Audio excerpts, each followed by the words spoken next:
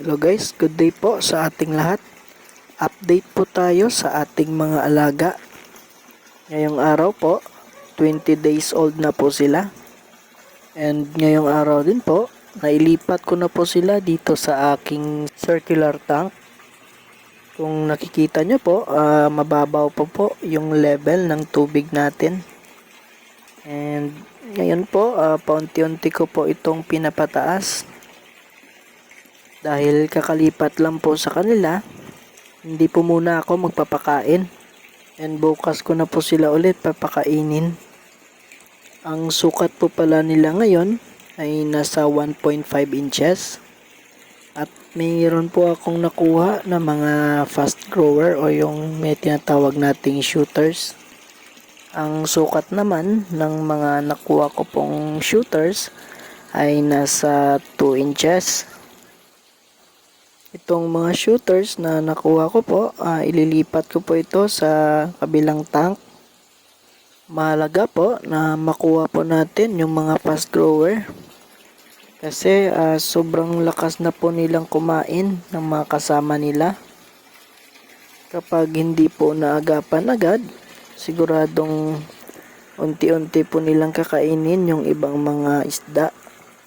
And after 1 week po, magsasizing po tayo ulit para kunin na naman yung mga fast grower.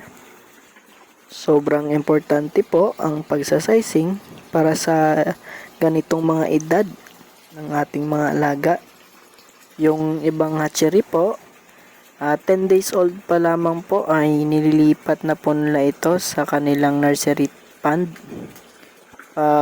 Earth pond po. And after 30 to 45 days, nag-harvest na po sila ng kanilang mga fingerlings. Ang ganong style po is kung meron po kayong malawak na area or maraming pond. Sa akin po kasi, wala naman po akong malawak na area. Nasa backyard lang po yung aking hatchery. Kasama na po yung nursery pond ko. Sa mga gusto pong sumubok ng hatchery business at problema po yung malawak na area, ito na po ang solusyon para po sa mga gustong matuto pero problema po ang area o ang lugar na paglalagyan ng inyong hatchery. So hanggang dito na lamang po. Update ko po kayo bukas para sa ika-day 21.